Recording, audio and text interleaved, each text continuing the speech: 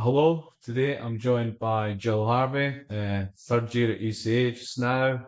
Um, Jill was recommended to me by ex-CAP alumni James Byrne. So do you want to maybe start by introducing yourself, people who maybe never heard your name? Yep, my name's Jill and I am a mature student at ECA. I'm from Falkirk and I studied originally at West Lothian College and from there progressed up to being here at ECA.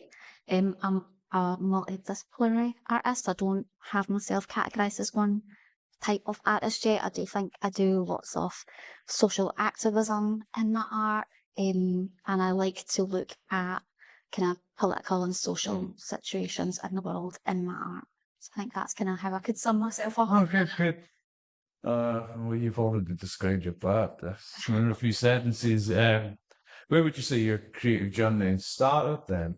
So I actually originally went to, when I left school, I went and did hairdressing. And I think I just wanted to leave school. I think I was just done looking at being in school and I went to do hairdressing.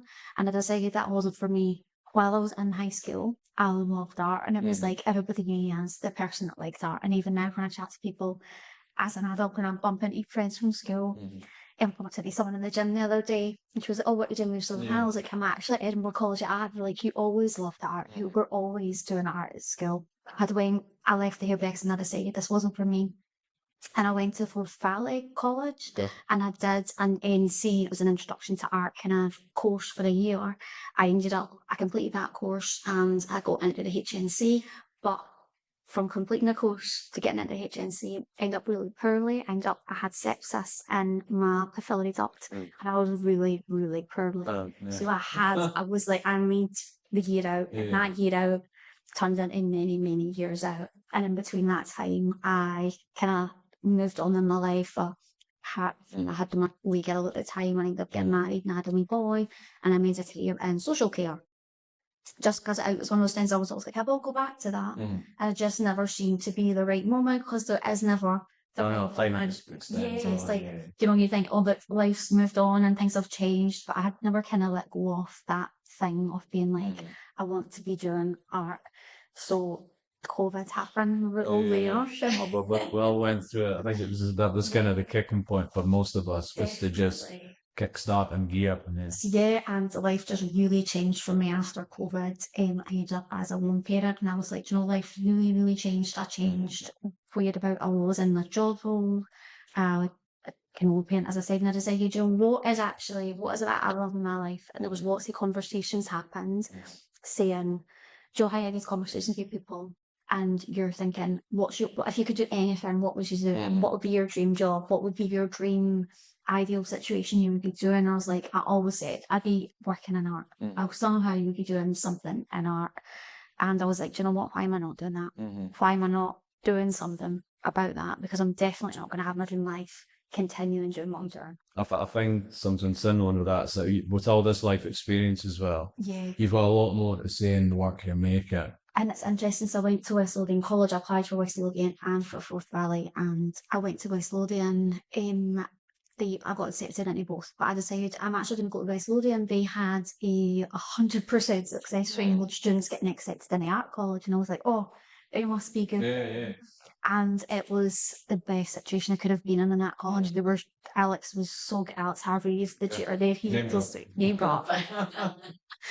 His name at any opportunity because he's just like so good at as if I was really prepared. Oh, amazing. It's good that you can have that support network even going further on and on. Like, And he set up a network for everybody being in uni as well, so that everybody from his classes that went off to the different unis, they had a little Facebook group, so he dropped everybody into the one they were wanting, so they knew there would be people knew they were coming up to those. That's good. Cross-generational as well. If I can speak like CAP, there's a course that has a very similar vein. It's like we have people who turn up to Hubcap exhibitions who studied public art, which was what CAP was before it changed over. And you're talking about that's students who graduated 20 years ago are still coming back. And I found that I was holding, I always get people talking and you're hearing what they've done. And it's really good. It's inspirational because you think, this doesn't actually end here. When this course finishes, this doesn't end here. There's everything else that goes on. So going on to uni.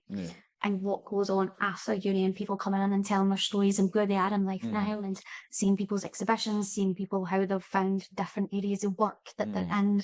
Because I personally, I'm considering art therapy, so social care, thinking is art therapy the route? And one of the girls that was previously in the college course is this real therapist, and she's in and she's done a new practice with us, and you think this is really amazing to think there's people you could reach out to and tap into what they've done, and it's a nice family.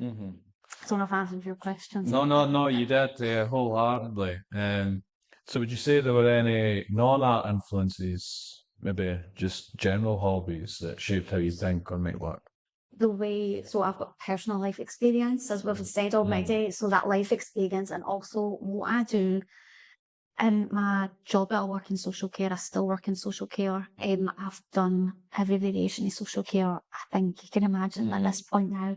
I work with kids that are in residential childcare, that are in the care system, and the policies and the politics and the education that I've had from that, learn about theories and learn about philosophies and learn about practice, and how when something takes my interest, I'll then dig deeper into something and I'll research really deeply into my work. I don't do work.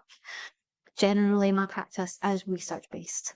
I don't do work based off of just how I feel about something. I feel it. That's why I feel like this, and then I'll dig deeper into something. So I've looked at like attachment theory. I've looked at gender-based violence. I have looked right now. I'm looking at data bias in medical care. So I think life and social experience in my job role has been a big influence in my work.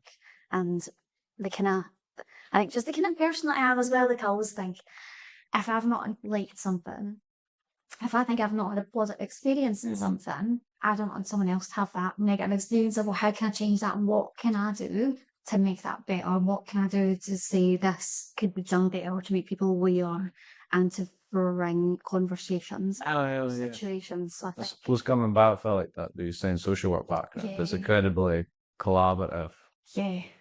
So pouring that over must be. Yeah, and I think because you've got to go to, let's say, meetings and things, and you've got to convey your feelings so someone else understands them. I think it's been a really good way to be like, well, if I feel this way, how do I get this over in my artwork and in the physicality of leaving somewhere, and how does that like look to other people? How does that message come across to other people? Oh, it's interesting as well. It's like, even if someone was to view whatever you've manifested, like, the way they do is just as important as if, like, I read a quote that was saying that it's like, when it comes to critiquing your work and stuff, it's like if someone sees something that's the opposite of what you've intended, it's just as important as what you intended.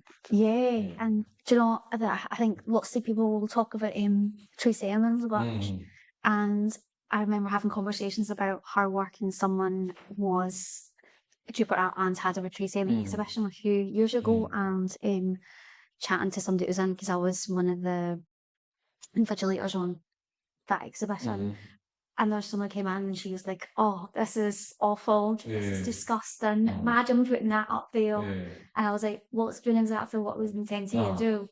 We're talking about that. You're going to leave here and tell her. And still remembering past that. And it's like, and then the subject matter behind it's being brought up and discussed and spoken about. And that's most likely the intention behind that, is actually have a conversation and to open up other people's thoughts and opinions on something, and just to have a closed lid opened to on a subject. And if someone's got, you know, a totally different idea than something, cool, let's talk about it, because that's what I want. I completely agree with you there. It's like, there's no such thing as bad publicity. Everything helps you at the end of the day. So you're currently in your third year. What's your experience been to starting for first year, now in third? Obviously, you're going into fourth year. That's scary. Existential crisis about that. So as Lothian was only small, it's just one class. It's small, they'll got to know each other really well, they'll work in one room, they make carries me, and they'll knew what each other doing. It was really like, probably like what your class is like. So was this a foundation course, or were you on It was the HNC and it was a portfolio Okay. building course. So it was the intention was to build a portfolio so we were all ready and we all had the skills and equipped to go to art school. So learning all the skills and things, you always had people you could turn around to and ask opinions and ask for help with. And like we did all the crits and we did lots of stuff and I felt really ready to be in uni. And I arrived at uni, I was ready to be here. I went into first year and I was like, oh, I've really been given a good foundation for being here. I really know what to expect. I know how to handle this workload. What I didn't know how to handle and how that I thought was really challenging amateur students. The networking aspect. The networking was hard because there's a lot of students came up and they've maybe came straight from school. So they're ages and my kids. And I'm like, how do you connect with people? And when I was in first year, I was the only student that was a mature student in my year group. And trying to get to know people is really hard. And then when you're like split up and going into different electives, that's really hard because you're then trying to chat to people that you might see again for a week or 2 weeks, depending on what the timetable looks like. And yeah, I found first year was really lonely for me, and I was like, this was hard. You powered through though. Got there. Your studios day feels like you're smashing it. Like, and you'll see, and I kept reminding myself, I was like, this is my dream. I wanted to be here. Doesn't matter how hard this is. I chose this, and if uni's hard, I'm hard. This is what I've wanted is to be here. So I kept reminding myself that.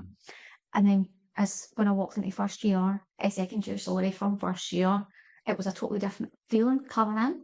And it was like, oh, a lot of last year was the newness, the unknown, and not knowing where things are in the building, not knowing the processes of things, not knowing the tutors, not knowing lots and lots of things. And I was like, oh, that feeling was not here in second year. As soon as I walked in the door, I don't have that feeling anymore. And I got chatting to people that easier, and a lot of people were much more up for chatting and talking in second year. And then realising through chatting to people, everybody had like that in first year actually. It was like a lot of people were like, oh, first year was lonely. First year was hard. I was like, first year I thought about quitting because it was so difficult. So culture change. So. Yeah, and I think everybody thinking you're the only person going through that, and it's like, you're absolutely not. I'm like, it is one of those things that everybody is trying to get through, whether they're talking about it or not. Everybody's trying to get through that unknown, lonely, figuring it all out, figuring out who you are in this new space and in this new environment. Like small fish coming into big ponds. Like, it's not again. Like crazy, but that fills me with some positivity because I think personally my fear is obviously I've been at Edinburgh College for what'll be 4 years by the time I finish CAP. Yep. And it's like obviously I've spent those 4 years building up these relationships with people. And now it's getting to the point where it's UCAS time. Yes. And everybody's going to go their own separate ways. And we built these bonds up where it's like, we know one another's practice in a way where we can kind of crit each other that helps guide the work that we're making in the right place. So to come and then it's like fresh start, but it's like you're saying, it's just everything kind of eases off. Yeah, and you haven't all that experience. Some people haven't got that experience. Some people haven't done kids. Like, I don't think you did in high school. Like, no, I know. Kids straight from high school and having to learn how to be away from home, how to learn how to be living independently and having to learn all the uni thing. I'm like, oh, maybe I was lucky. The only thing I started to learn was the uni thing. Like, I was already living independently. Yourself, I was like, oh, maybe I actually had it easier than I thought I did because some of these guys are living. But we're always contrasting against one another. It's just we're all on our own journey. Everyone's on a journey, and that's the thing. It's like it's hard for everybody. First year's hard. There's no getting away from that. But it's like starting a new job. The first weeks are always hard. The training wheels are still on, and then when they come off, I mean, just like back to your first 2 weeks at being in your CAP course, it was like that wasn't Joe. Everybody did walking, hugging, and to me, my hands used to say it's like everybody's that kind of tentative and nervous getting to know each other. But yeah, second year was much easier, and even first year I actually found. I went in workshops quite a lot and I built up relationships with people in the workshops. Technicians. And tutors are all so friendly, like everybody. And as the years have gone on, I find none of that's changed. Like tutors are stopping in the conflict. Hi, how are you? Like, how you getting on? People like taught you in first year or after and getting on in third year. Like, it's a really nice environment, even though you've not got that constant tutor time, whereas at college there's the one tutor in the room all the time. And you always knew who he was, you always knew who you were, you always knew what you were up to, whatever else, but you don't have that, you're self-led. But I think the relationships are there as much as they can be. Like the tutors do want to still have these good relationships with our students, and you know, That's good to hear, for sure. so yeah, so where are we at in this conversation? And Yeah, no, just in general, like, so from one year to the next, like, how much is, because obviously we hear about, like, the workload when you come to university, it's very, you're just left to your own devices. Is that something that kind of scales up, like, as the years go, or is it kind of just, like, a mirror of each year, just... no, you found first year we had set projects, and you did like a few weeks on a set project, and you picked, so it was like film and light and intermedia and sculpture. So these are the kind of like umbrella headings that we're given, and you found your own way around those courses. Like you had your own kind of subject, but you were doing it through light. You were doing it through sculpture. You were looking at your own subject through these things. Of course, that's how it changed. I've seen they do, and it looks really good, and I'm really jealous that I didn't get to do it. They do a chair exercise, so they have a chair, and you have to transform a chair. So playing with the physical object. Yeah, and it's really interesting. I was like, oh, that's a really cool one to do, because your giving thing is, well, you don't just have to go and find the thing. You get them the actual object to work with, but you'll find your own way of working with it. So that's how first year was. Second year, we did the same sort of thing. We were given projects, but they were 1 day projects. So we had to make like 100 art pieces in 1 day in one of the projects. And it was like, how you do that? It's up to you. This is what you have to do. Given the brief, 100 a day for 30 days. More than 100 a day, 1 day. It's like 1 day you got 100 art points today. Like, go for that. So yeah, it was really interesting. That was how I say it. And then in the second semester, second year, you were off doing your own work really independently. And in third year, you've been completely independent, being like, make your work, do what you're going to do. And it's, as most people will start, you start off with your research. So semester one, we're in, like, looked at the learning criteria, looking at how we're researching and how you're going and doing it independently, and what avenues you're going down, and how extensively and how deeply you are researching into things. You can see them. Like lots of material research going on in here, and lots of artist research, and lots of stuff going on. And then it'll be going and making your final work. But yeah, third year's been really independent, really like go and make work. Do you find yourself walking around the studio and just having like small one-to-one crits as you walk around randomly, or is it? I think it depends on who. Like in this area, we're quite good, and because we're all friends, sit together here, which is turned out really nicely. We're able to turn around to each other and kind of turn around and ask and chat. And yeah, you find as you're walking around and seeing people, you'll chat. But I think it's something that it could be done more. There's some things I think like. Agreed. I think that what's good about CAP is obviously we're similar on a smaller scale, but it's open studio space. Yeah. But we're really incentivized to walk around and, speak about each other's work as much as our own, because at the end of the day, it's that pool of ideas that kind of helps push everybody in the right direction. And we do, like you probably do this in class as well, we do like a group chat, and it's like a structured one where we've got a timetable to do it, and we'll come in, and we've also got our church time, and they'll kind of work with us doing a little chat as well. It's really good. And we've been able to pick different tutors this year as well, which we didn't do last year. We were able to select the tutor we want to do a tutorial. So it's been really interesting for someone, because loads of different ways you can consider how you want to approach that. Do you want someone that works nothing like yours, so that you have a totally fresh perspective coming into your work?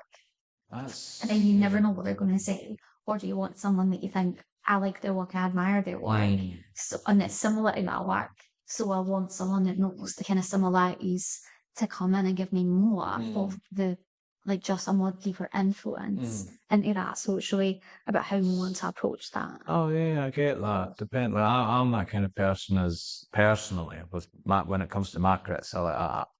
I like people to be hard and blunt and to the point. I want them to strike that nerve because at the end of the day, then that leads you down a deeper path of like researching more and trying to learn more. I recently just had a crit where I could go into a whole thing where it's like I was trying to justify a deriva as a piece of work, but it's like I was really pushed to the point where I was overly justifying. I was trying to prove my point so much that it was just like a weight that was being held on me. But being told that, like you need to, like the derive was the catalyst for the work to come. It's not the walk itself. And to hear that just kind of really broke down the wall I had built up. So I like that.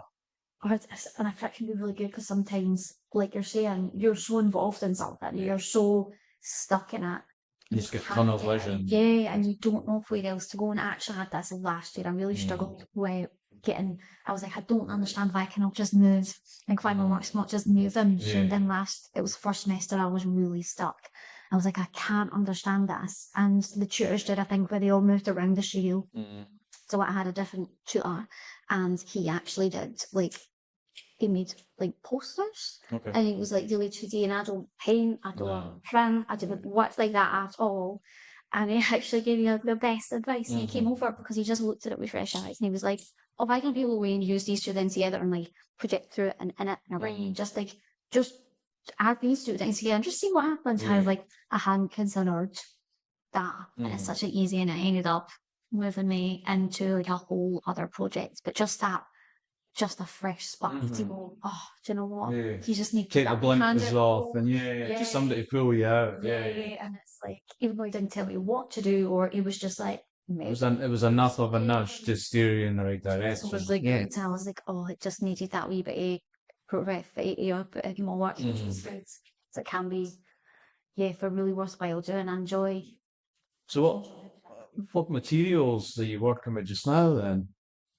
Just now I am looking at data bias in medicine, and I have worked with a few different materials.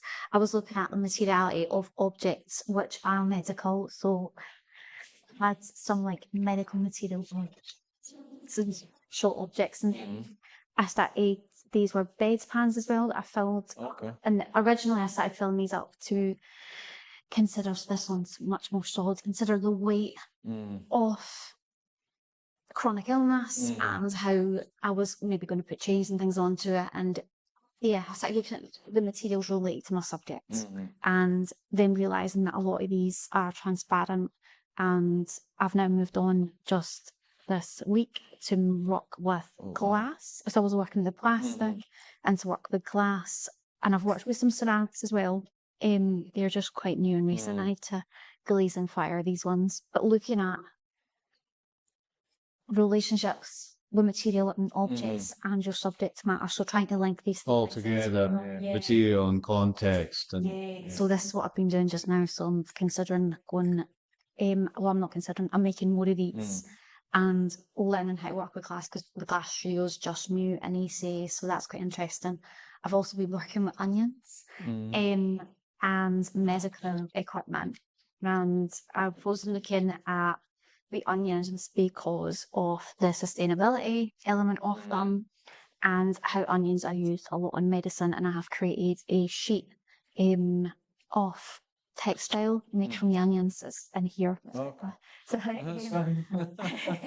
I'm keeping it flat and dry. I brought it I felt like it was starting to go down to you need to be kept dry, definitely. Again, and trying to look more at not just what I'm using, but how sustainable it is, what impact it has. And I think in today's climate, that's really important, is to go, what is the impact of this? I agree with there somehow, but another way, can it be putting you into a corner though at the same time? So it's like that push and pull between. And you've got to say, like, how justifiable is what I'm doing. Like, because to go away and just make something wholly out of something because it's sustainable, it wouldn't relate to my artwork. That wouldn't make sense. But yeah, trying to figure out, like glass is recyclable. If this doesn't work, it can be Smashed and recycled. Yeah, it can be recycled. This was actually from. It's been used so much. See, it's all deformed stuff. It's like how much use can you get out of something before it's not usable again? Like keep your materials for later. Do you never know if someone else might actually look for something as well? It's like I think materials are really important. Like a few weeks ago, someone was in the shop asking for chain, asking, "Do you have any chain?" I was like, "I actually have some in my pocket. I'll make anything." Do you know? It's like I think materials are really handy to hold on to. Without ordering, there's a fine line. I think I'm in the hoarding side where it's like, oh, that piece of rubbish, I'll use that. It's like just such a fine line when you're asking like what's useful and what's hoarding. It's challenging sometimes to say what really needs to stay. But yeah, I think the materials are trying to link in like the subject actually making with them and like relevance to what I'm looking at. And yeah, I like to take things and make them a bit more ambiguous as well. Nuance. Yeah, a bit more kind of trying to sit with something and figure out what is in the object and what's been taken from the object. So this is tubing that we've got Living Youth, which is really good at ECA. And I recommend all colleges start making these. We've reached out to our student association to try and get some kind of. It's so good. Especially the amount of scrap paper and stuff that ends up just getting shredded and binned that could be used, could be shredded, remade. The public can come in and donate in it as well, and even if you get in touch with businesses and things, the amount of businesses that you wouldn't believe the stuff they're using. I mean, this plastic pipe was from the Use Hub, and it's a massive big tubing that I've now got lots of progress to make with with it. So it's been filled with onions. That is an onion mix that I made, and it's like hey, it's all natural. The materials that have been made. So contrast between natural and man-made as well. So obviously here at ECA, you get so many visiting artists that come in and obviously get to speak to you and lecture for. Have any of them had an impact on your practice here or just your time in general? Sometimes it's not until after that you realise the impact that some of these workshops have had. So in first year, I had quite a few workshops and like taking part in artists coming and talk on their work and then doing actual workshops with someone making physical work kind of similar to what you were doing. So Tessa Lynch came in and did a visiting artist talk, which she actually teaches here. But at the time I wasn't being taught by that. And she does work on domestic materials. And last year I focused on domestic materials. I hadn't in first year. Okay. So it's really good to remember just for something's not relevant now doesn't mean it's not relevant at all. Yeah. And I'd made sculptures with vacuum bags. It was, do you know these bags that you have that you like stick the hoover onto and like suck it? So you could put stuff under your bed. We've done work for our around but then last year and this year we've got a vacuum like the vacuum machine downstairs and the woodwork machine in the woodwork department, and I've ended up that was a big practice. I was like, using domestic objects and how vacuum pack how they then become obscured and like how they then become this other form. So that was really interesting. And we had an artist and a performance artist in the other week, and she was amazing, and our work really related to my practice, and it felt like that was one of those you're here for me today. You're exactly what I needed to do. Yes, unless she had an exhibition at Talbot Rice. Yeah, she does. Yeah. So and she's like such a good tutor to have as well, really approachable. All the tutors, I've not had anybody that's not approachable, and even if they're not your tutor and you know their work, you can send them an email and if you have time, could you speak to me? And we're so good. It's like if I've had tutors when they're seeing stuff out aside of being in your tutorial, email and pass on information like I've seen this, it made me think about your work and here you both use the links, and they really do care about your work as much as you. It's good to know that they're quite accessible. Be interesting to see if non-ECA chefs would reach out to him, and that would be interesting. Like, I don't see why. It's like, yeah, if you know, if you don't reach out, don't look at it. So Well, that's it. May as well try. definitely. So are there any historical or contemporary artists who've been influencing you right now? Originally, so when I first started looking, I was looking at artists that I kind of always look at because we started off this year with 5 images. So we came in every year. I found that every year we came in, they've asked us to have something prepared so that it's like this is going to be the starting point.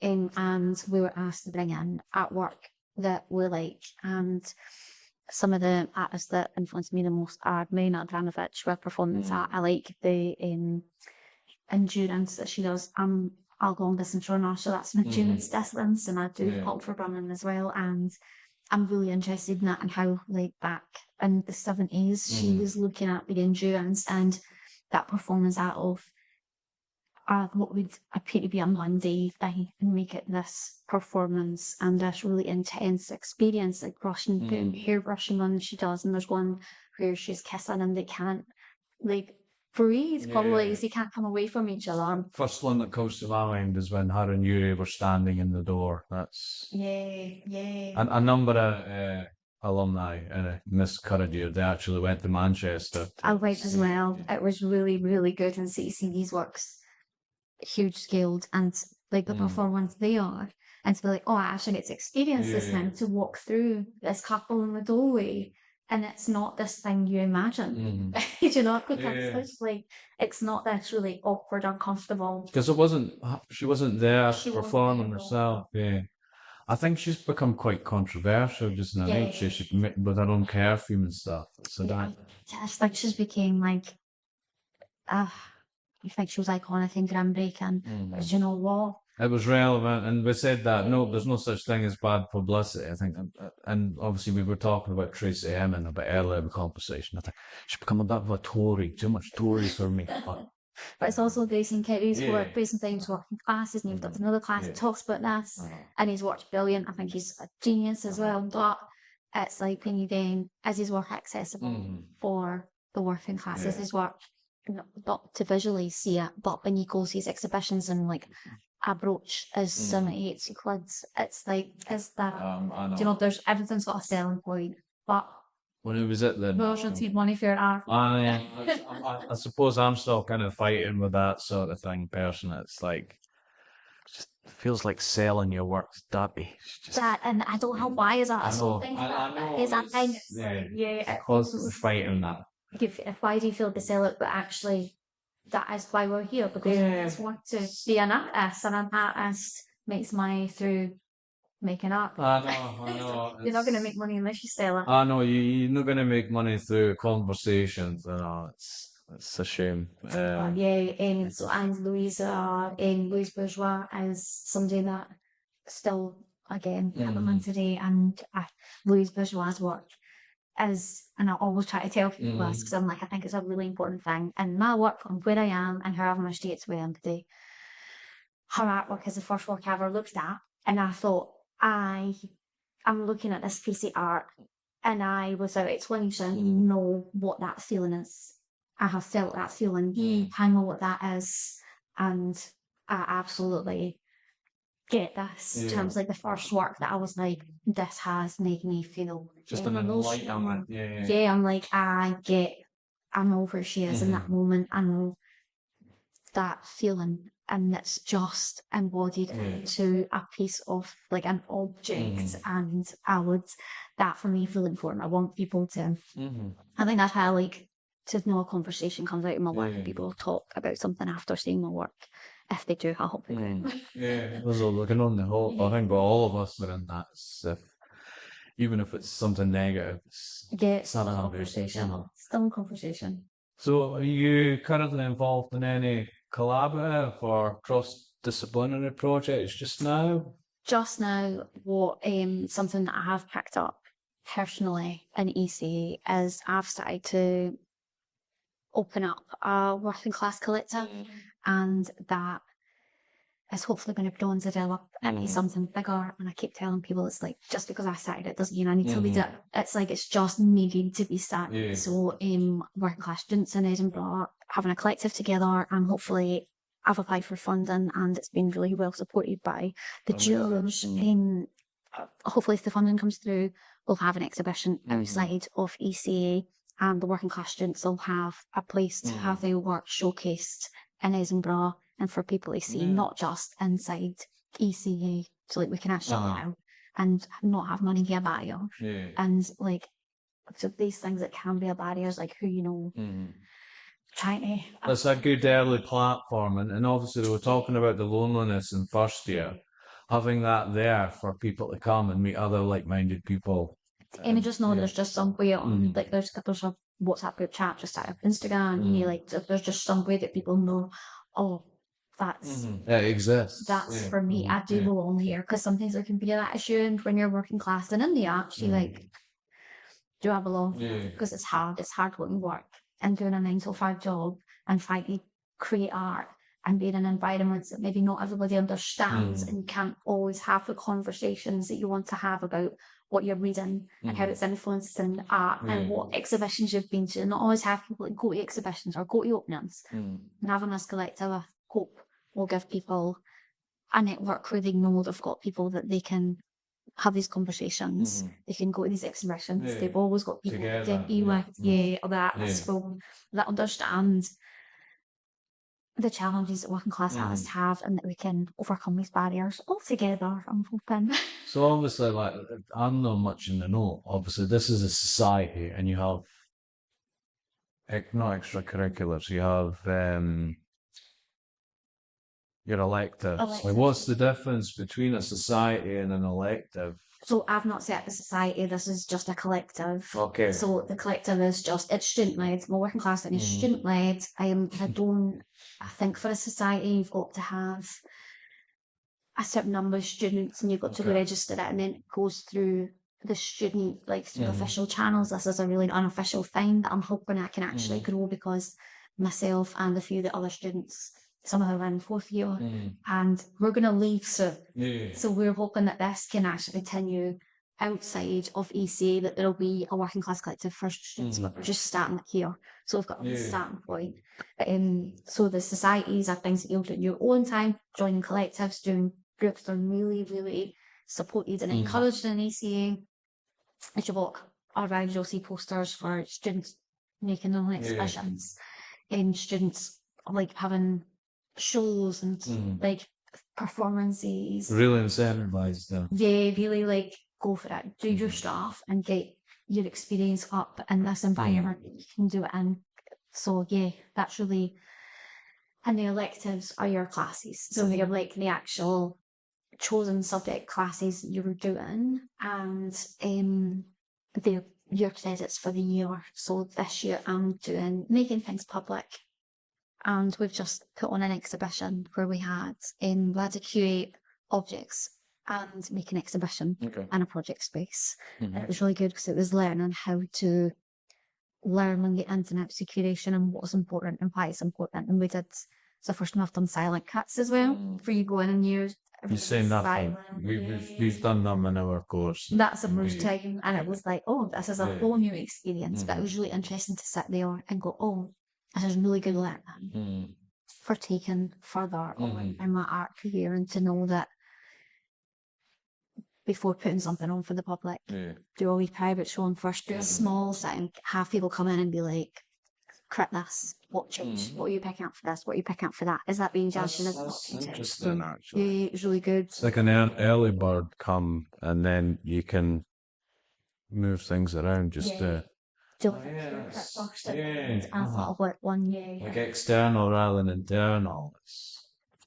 So be like, what's happening here and what can be changed and can be done different. And I was like, that's really interesting. You do now. And that's something I would always do in my practice now. I hope I'm lucky to keep doing things.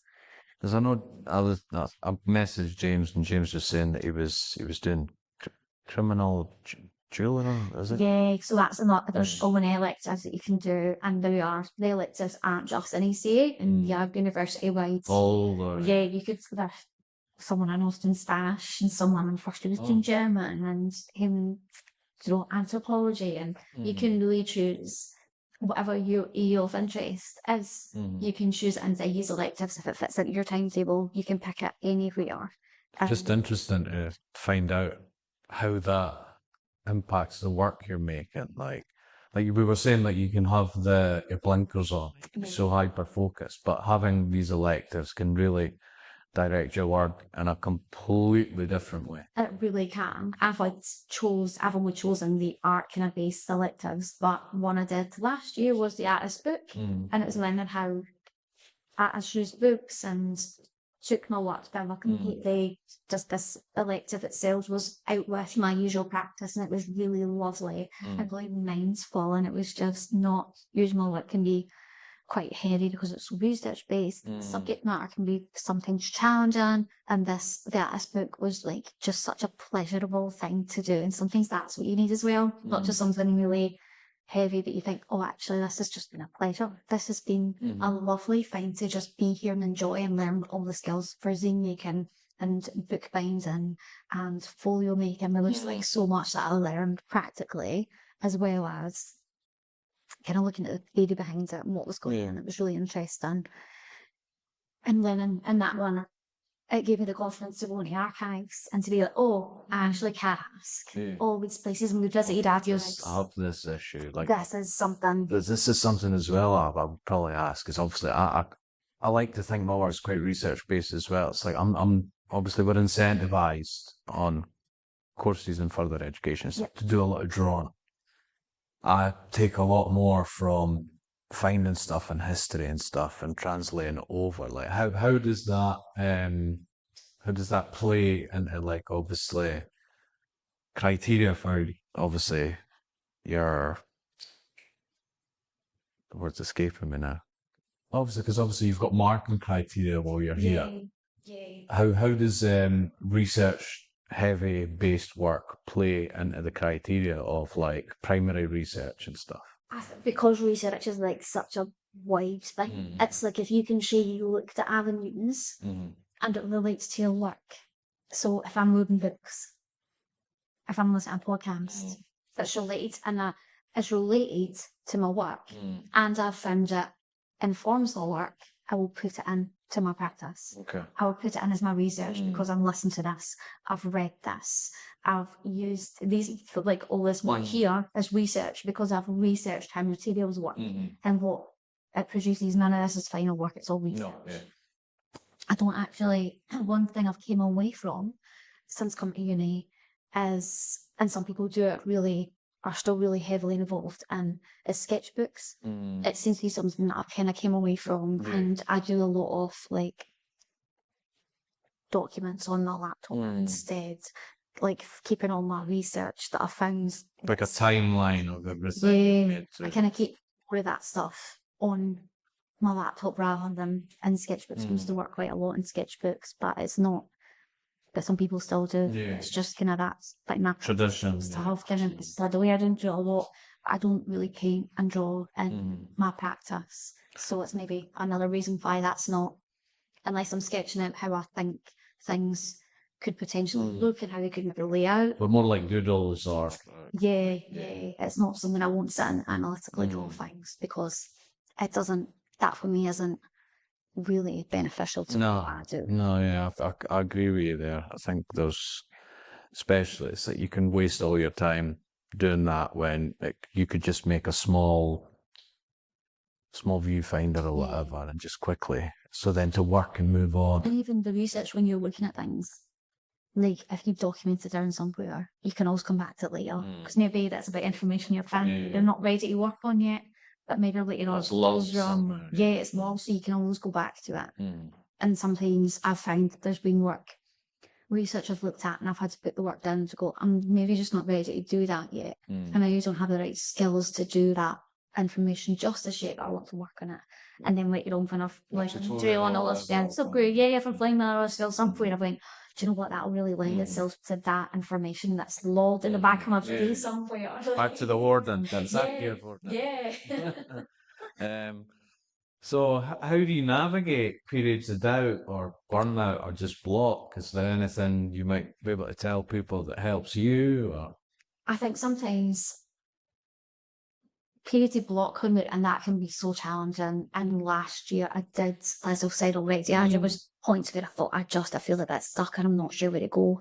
And the last year I did go and find some friends and be like, James was one. I was like, come through to the project space with me and just chat through this. I'm doing this stuff and this is can you tell what your thoughts are on it and what you're thinking about it and so you're getting like crits from people was really good last year. And actually sometimes taking a minute away from your work can be good as well. Like, see, just if you think I'm really stuck in this, sometimes you need to put it down. take a step back and just try and evaluate it. Put it down and take a step back and maybe actually just pick up something else for 5-10 minutes. Just do something else, take your brain somewhere else, and like let yourself relax about it, and then come back to it. Because sometimes when you're just doing something else, you go, do you know what? My brain's stuck overthinking, and it's had a minute to catch up with yourself and actually think I know where to go with this. And sometimes it is just being involved with your materials, being like, don't be too precious. That's something else. Don't be precious about something, and like, I don't work with a final outcome in mind. I work with the process being like, I'm going to see how this goes and where this leads. I think if you have the final outcome in mind, you stop. You've decided what the end goal is. It's the whole journey there is really important, not just what the end goal is. It's like playing with materials and structure, and if someone looks at me, well, what would happen if you change that? What happens if it because like you said, is if you've got an idea that you're not quite ready yet, if you're just focused on the end result, you're never going to have these side quests, if you want to call them that you could then explore later in the future. No, you're strong. Something else that's quite good to do is if you're looking at something and you're a bit stuck in it, is go and look at artists that use that material or look at that subject. And it doesn't have to be even like At21's got a search box so you can type in one of the words of the things you're looking at and it will come up with every vague kind of connection that artists have to that, and just look at them all because you just don't know what is relevant and what's going to actually spark some things. Just look at other artists' works and go to galleries. Don't get yourself at exhibitions. Look at other work. Don't just be consumed by yourself. You need to be out seeing other work. Like immersing yourself in art in every way possible. It's like you're really stuck and you can't move on about work. Take yourself away from it. Go to a gallery or go look at like other artists' work online, or just go and play with something else. Sometimes I'll have a couple of bits of work going at a time so that I don't get burnt out on one. You just move and refresh. Totally. Is there a piece of advice you've ever received from a lecturer, tutor, colleague that's stayed with you? Last year, one of the tutors gave a chat. He was talking about his work, his name was Joe, and he was talking about his work. And one of the things he said was, knock on open doors. Don't knock on closed doors, knock on open doors. Because that's how you're going to get started. I was like, oh my goodness, that makes so much sense. It's like, work with your peers. Do you know, if you want to exhibit work, ask your pals. Create your own opportunity. Yeah, absolutely. Because you're going to build up your experience with people that are also trying to build up theirs. And you're in spaces. We're surrounded by artists. You're surrounded by artists. We're stronger as a collective in general. Yeah, and like, why are you looking for the artists when you're surrounded by them? You know, it's like there's spaces for you to exhibit and you don't have to only do what someone else is doing. And I think that's possibly why I was like, I'm going to start this collective. So being like, no one else, it hasn't even done yet. And I want it. So I'm just going to start it. I'm just going to do it and see what happens. And I'm glad that I did. And I'm hoping it's going to be a success.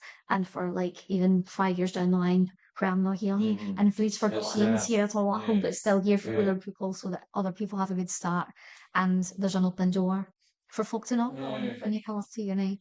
But yeah, not on open doors. And he had an exhibition in a garage space, and it went on for a few sessions. And they had this garage that they got from someone, and it was used. Oh, I think I know. Yes. Andrew J. Brooks, he's got his. It's just a garage gallery. And it was like, no, Right. it's like, what a genius thing to do, just to be like, it doesn't have to be like you, it doesn't have to be all these things that we imagine things should be. It can be anything, you know, going out and doing a performance in the street, you've got an audience. Yeah, it's already there. It's just use what's around you. Yeah, well, there's art everywhere anyway. Absolutely. So yeah, Half on Open Doors was one of the best bits of advice that I've heard. So how do you balance developing your personal voice with the academic expectations here, even your crit culture here? Like, how do you balance it all? That's a hard one. Yeah, that's a big one. I don't think I've given too much thought into it. I think it's just something that you are trying to do naturally. Like you're trying to keep your own voice. You don't want to be doing work that everybody else does. Being honest to yourself. Yeah, and if you don't, I'll stop with it work if I don't have feelings for it anymore. Like I have a thing inside me. I had spaghetti night. I need to leave you. Yeah. And I think that was one of the struggles last year. I had a bit of work and I couldn't get feelings for it. And I was like, so this means I'm not being integral about it. And I had a few bits of work that I had made up and I had designed, and I thought, I don't feel like they're very into my integrity, man. It's not speaking to you. Yeah, and I was like, is it just that it's work and that it looks good, or is it because I think it's doing what I want it to do, what I really want from work? And I think just, don't do things for the sake of doing it is a really big thing. Like, yes, I suppose I think we kind of battle that though, like, because there's that sense, like the man who makes 100 will perfect the one thing, whereas if you focus on one thing, you'll never master. I think that's the saying anyway. So along that lines, it's like you better make 100 of one thing than you are one thing. So I think the relation was in terms of like pot. Like, person who makes one pot is going to be okay. A guy who makes 100 pots is going to learn a lot more than the guy who made one. And it's like, I think just don't do things. And if something's not working, move on. Like you've done even if you don't finish a bit of art, not every single piece needs to be finished. It can be, but this was a stage. Yeah. This was, it's just part of the process, and you never know, you might pick it back up later on. But yeah, if I think being integral to what who you are, what your influences really are, and not be looking around you going, that's popular, I'm going to do that. And even like, oh, everybody else is doing this, am I doing it wrong? Like, are they wrong? Like, there's quite a lot of painters in like, or and something like there's a lot of painters coming about. I've not. Yes, you sound like, oh, am I doing it wrong, mate? But it's like, I'll have my moment at some point. It's like, I'll have my moment at some point. I like the work I do. I'm confident about the work I do because I'm not having to fake sell it. Do you know, I'm not that I think other folk are fake selling my work, but I would be. Yeah, if you were making and then it would be false. You've been false to yourself. Yeah, there's very few bits of kind of 2D work that I've done that I've thought like, oh, this is really like what I do. You know, it's not really what I do. Yeah, stick to what you want to be doing. Don't just go with what you think you should be doing. Like, does that make sense? No, that's yeah. But like, I think everything is that. It's like you've talked about how important community is in your practice. Do you find yourself working alone or collaboratively most of the time, or somewhere in between? Like, where are you focused? Are you? For me, I work alone quite a lot, and in uni there has been quite a lot of collaborative things going on, like making things public too was a collaborative process. So you're in a group making work, making your exhibition with a group, and it was really good. And you always learn working with other people, always learn like how other people see things, how you're not always right. Like you can, sometimes you can't predict what somebody else is going to do either, because it's so different. I don't think you should shy away from working with other people. I do think it's hard, it's a challenge, but you always learn working with other people. But I do, in my own practice, as I'll lean towards collaborative working, but also because of my limitations, like I can't be, I'm mum, I've got 2 kids and I'm at work. So I kind of have to be, I try to be in uni as much as possible, but my time outside is taken up by my children and being at work at the weekends and trying to do the studying that I need to do. So being fully available. But even although you work alone is unusual because obviously you start your collective, which is collaborative, but at the same time you work alone. It's quite interesting. It's like I really enjoy chatting to people and talking about work with people, and I'm quite a social person. Like I like to be around people, but I'm not sure. So there's some things that I think really work well in collaboration, and other things I'm like, I just wouldn't do that as a collaboration thing. Because I think exhibitions obviously always successful in a collaboration. Even the collective we had a meeting the other day, and it was even chat about having peers to study with, to be like, we're going to sit and write essays, because you can chat to someone across the room and be like, does this make sense if I say this? Does this, like, or can you, I've worded this like this, but it's stuck. Can you help me reword this? And can you read this and see if this sounds okay and what needs changed? Like, and if you're studying with other people, sometimes that can be helpful because it keeps you motivated, because you're like, we're all in this together. we're on the same race. I see even that the collective is not just about making work, it's about all the other things we need while being in uni. Like just that support network as well. It's lots about that. I think there's lots. I don't naturally lean towards collaborative working, but I do. You're trying to platform it. I see other people doing collaborative working really well, and I think it's amazing. There's an exhibition later on tonight down 3:30 till 4:30, and it's 2 girls underneath. And these girls just do the most amazing collaboration stuff together. It's like this big woven insight. It's just like they work collaboratively really well together. They look like a wee match cake in heaven together when they're working. I think, oh, that's really lovely. And some people do that believe actually, but I'm not fully available for I'm in the same these things. So it's like it would be much more challenging. But some of the tutors this year spoke about how they work collaboratively with people, and saying how they're in the studio, they're not even in the studio at the same time. Somebody's started something, they walk away and the next person just picks it up. They just pick it up, but it was left off, and then they'll pick up where it was left off. And that's an interesting concept. So there's lots of different ways to do it. But right now I don't naturally lean into it.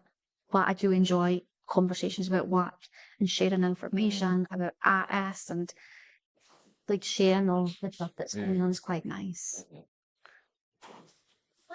So how do you imagine your work developing over the next year and going into 4th year? Do you think you'll stay on the same themes, or? I think I'll stay on these kind of social, political themes, most likely. I'm not sure if the medical one will stay or if this will develop and it's different, but I'm hoping to build more skills. Like the glassmaking's new this year, and that workshop's only just opened. Xanax has just opened this year as well. I see, because they just offer just a new masters in craft, so I'm assuming that they've opened so many new types of media to use. And I think what I would like to do is scale up work. I think that's where I plan to head next, to Find the scale bigger and figure out how you work, making work that can be large scale, but taken apart. So engineering I need to learn some engineering skills for my future. So there you go, for the next year. Engineering elective. Yes, I need some engineering skills built up so that I can make work that's buildable that can then be taken back down and used somewhere else and moved around. And So what would, like, say you've got unlimited money, unlimited resource, what would your dream project be? what would it be? I don't know. I really enjoy metal, but a lot more time. I really enjoy the look of metal and how it is. Katina and the rust and stuff. Yeah, and I wish I had more time and money for investing skills into metal work. I think it's just such a satisfying thing. I think I'd have some large scale metal work somewhere, but I would need that's Very working class associate steel. yeah. It just speaks to that. Like I do a lot of feminist work as well, and I think that like really almost masculine thing made by a female in a feminist work is Taking ownership. Yeah, it's really nice. And ECA's Metal Workshop is run by a female, which is like very empowering, a lovely space to be in. Yeah. So, what role do you think contemporary art should play in society now? There's so many roles that can play contemporary society now. Sharing political information, political opening up knowledge on what's really happening in the world, and sharing activism, I think could be one of the most useful works in contemporary art.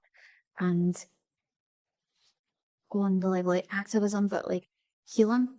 Like I think there's lots of cathartic healing that comes from making art. And there was some research I looked at recently, and it was saying that people, mental health and through traumatic experiences, heal in a healthier way when they use art through the process. And I was like, that's really interesting. I think art can be really cathartic, and it should be looked into the funding for having people access More accessible. And how it's not it's not I know. it's accessible for everybody. It's not just, it shouldn't just be limited to who can access art therapists, but education and how even yourself at home could access art as a cathartic thing. There's a conduit for mental well-being. Yes. I think there should be.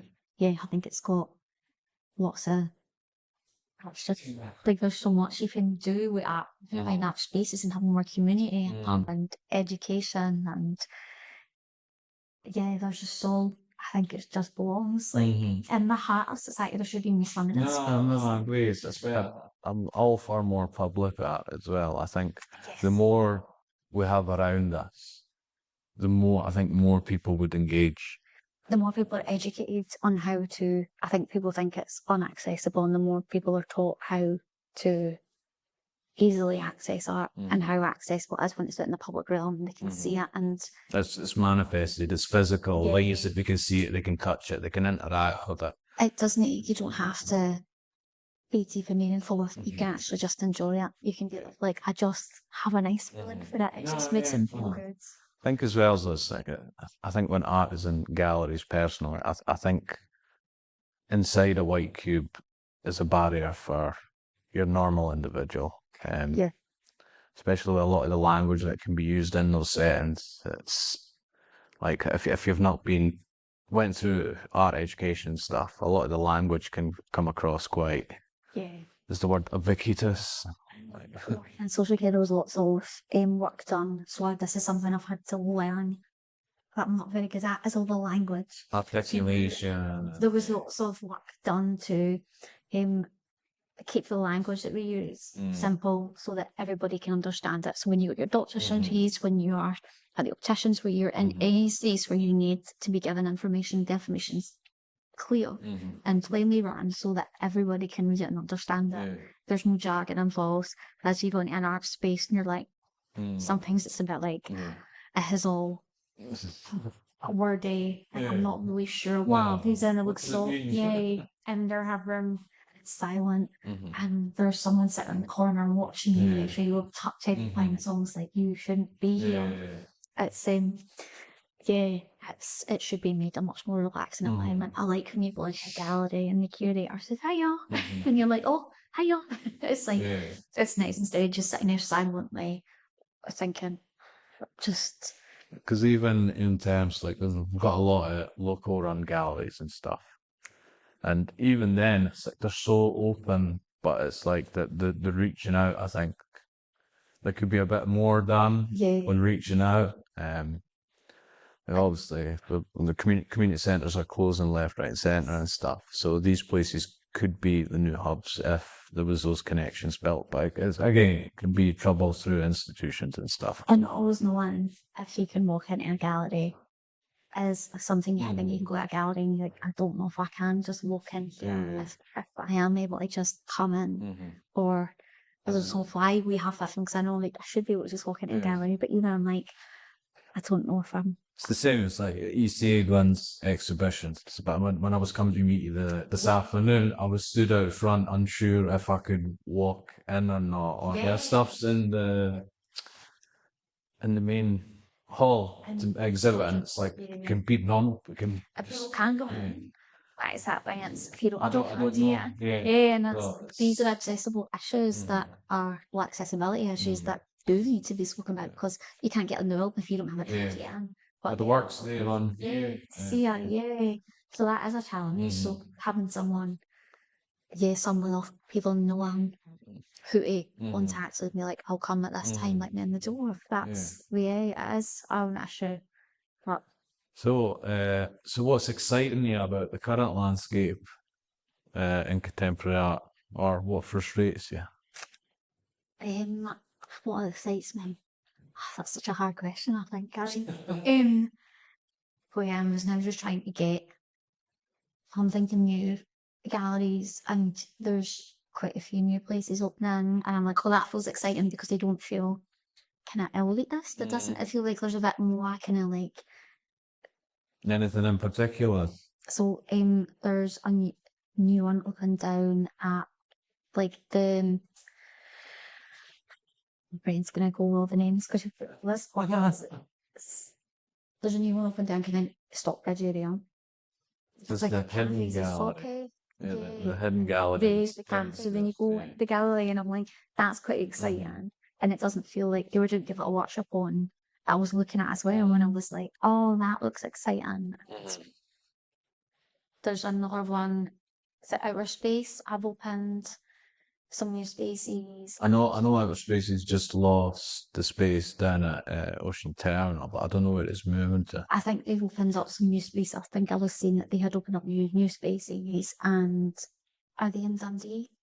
There's a few. I think, do you know what, as I've came on in my career as well, not my career, as I've it's progressing, getting something I feel like, I can go make use of these spaces, and I can look for open calls, and I can look for residencies, and I can start looking at things and be like, and the more I look for things, the more I see, and the more I'm seeing that it's available. And the more you look, the more you see. It goes back to like knocking on open doors. There's so many open calls. There's so many, and even in Edinburgh, there's maybe it's just because I wasn't so aware of them before, but I feel like, there's actually quite a few spaces. Like Leith seems like it's got quite a lot of... We've got a good hub in Leith. We've got an Embassy just moved to Ferry Roads. Which is what I was trying to think of the name. We've got Moat obviously on Ferry Roads. There's Set Studios on Leith Walk. We're quite lucky Leith wise, but it goes back as well. It's like those artists come in, and it's like to live in Leith right now. It's getting pushed up in price, but it's give take. But we're incredibly lucky.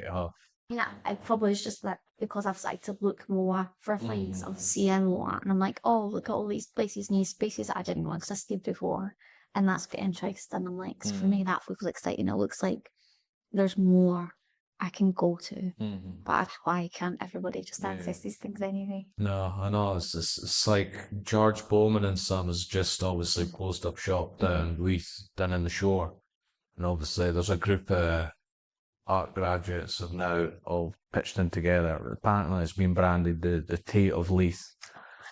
So it looks nice, but I'll wait and see how inclusive it'll be when it opens. So. I'm optimistic, but I'm a bit worried at the same time. Yeah. We don't go. Mhm. So if we don't, Yeah, if we don't and like push on them that this is what we want out of this space. because they know people they are, Mm-hmm.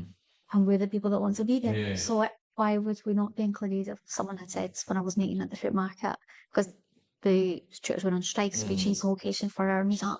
And I said, well, we're going to go to the fruit market, and someone said, well, that's not very working class. And I was like, it doesn't matter, I'm working class, I still belong there.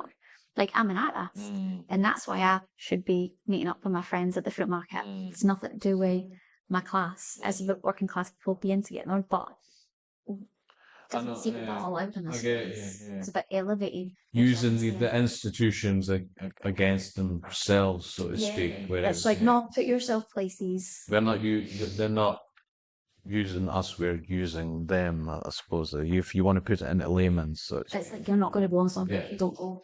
yeah. You need to take the space back. Yeah.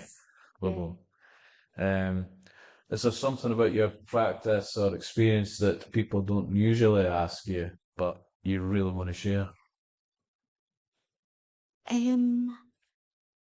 Well, I don't know. I think just that thing. I want my work to be a catalyst for a conversation. It's usually something I don't talk about in uni, maybe that I know that I've spoken to other people about, but in uni maybe don't quite go there.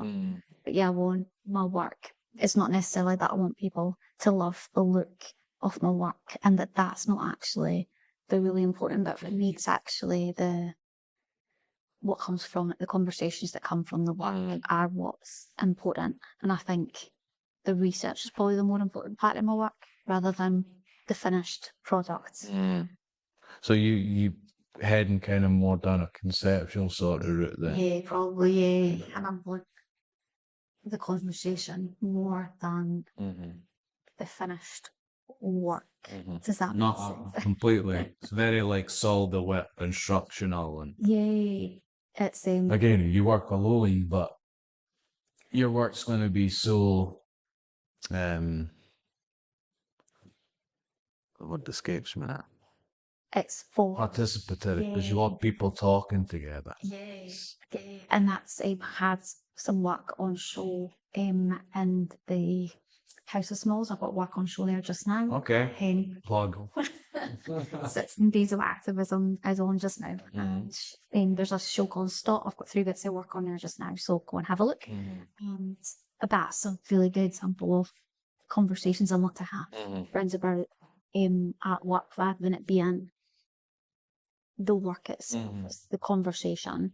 And the last exhibition I took part in there, I had a doll and it had shame sewn on its face, and it was about the work's called I Sit With Shame, and it's about how when we address shame, we can address our problems on a much deeper level. So addiction and in mental health and lots of issues stem from shame. And there was research done. A therapist had a group of men and she had a chair and the chair was empty and it was for shame. Okay. And you could ask shame to leave the room if you wanted to talk about something because you couldn't talk about it because of the shame. The shame that it would bring on you. The shame that made you feel there's something that we can have something happen to us that makes us feel shameful and we can't do something about it because we can't address the shame, and then how we react to it is shameful and we can't, then the shame just continues through a difficult phase to address. There was a study done on that, especially like from a man's perspective, is where they got a group of like 12 men around a broken lawnmower. And because they were busy fixing, they were more able to speak about what was going on. Because they weren't, it's unlike like obviously women, it's more dialogue for women, and there's no issue about like obviously speaking about shame and stuff. But for men, it's like they could only talk about it when they're fixing this thing without looking at each other. It's an unusual sort of concept. Yeah, but lots of people, and it's in my work as well, will chat about how the best conversations we often have it in the car because you as a driver are busy and occupied and you're looking ahead. There's no eye contact. Eye contact can really challenge. So it's quite lucid. It's just, Yeah. And that's where art therapy comes in as well. It's like if people know they can access art to express themselves and to work through something, it's not so intense as sitting someone and talking to someone face to face, just sitting like this. You know, it's quite an intense scenario to talk about something really deep and meaningful. But get at work, I sit with shame. I was at the opening, I was chatting to a couple about, the doll itself is quite simple, but what's behind it is a much bigger conversation about like, well, what would you ask to leave? What are you dealing with that you can't be with because of the shame? And can the shame leave? Can the shame runs about that issue leave so you can heal and recover? And like addiction, for example, a lot of people will end up in addiction because the feelings that they've got, there's an issue to be dealt with. That issue is too difficult to deal with, but they've then lent on to something for to a compensate. coping mechanism, and that itself has shame. So the original solution needs to leave to deal with everything else that comes after it. It's Oh, that's good. So where can people follow your work and see what you're doing next? on Instagram, and that's twisted-thrive. So feel free to give me a follow. I've got a couple of videos will be up on YouTube and stuff as well, just connected to my Instagram. If I do occasionally do some video work as well, so it's on YouTube and on Instagram. But feel free to give me a follow. If you could give the one piece of advice to a first-year artisan, or even those coming from an HND, or even your younger self, what would it be? I think what I had said previously about this, remembering your dreams about being here, but somehow spoke to other people, it's like, it's hard. To know, yes, I hear it's something really easy. Art and being in the creative industries is challenging. It's got so many challenges, but you want this. Like, you dream about being here. You think this was your dream to be here. So just keep remembering when you are in your art space and you're getting to be an artist, and you're like, I'm in ECA, I'm an Asian College Art inside an art studio. I'm like, oh, at one point, this is the only thing I wanted. This was the dream, and now I have it. And it's remembering this is hard. I wanted this. You deserve it. It would be harder to think I didn't have this, to be like, oh, I didn't actually get to do that. It's like that you are actually living your dream with something that's hard to remember when you're in it. But when you're sitting filming those huge cast forms, how stressed you were to make them, and how much time and energy and everything you've poured into being able to get to where you are. Enjoy it and remember off, like, this was your dream. And if you ever feel like quitting and you think this isn't for me anymore, imagine in 5 years' time when you're with, you bump into someone and they say, I'm at art college, and you go, I was at art college and I quit. What would feel worse to say? How went there? Looking at it, contrast.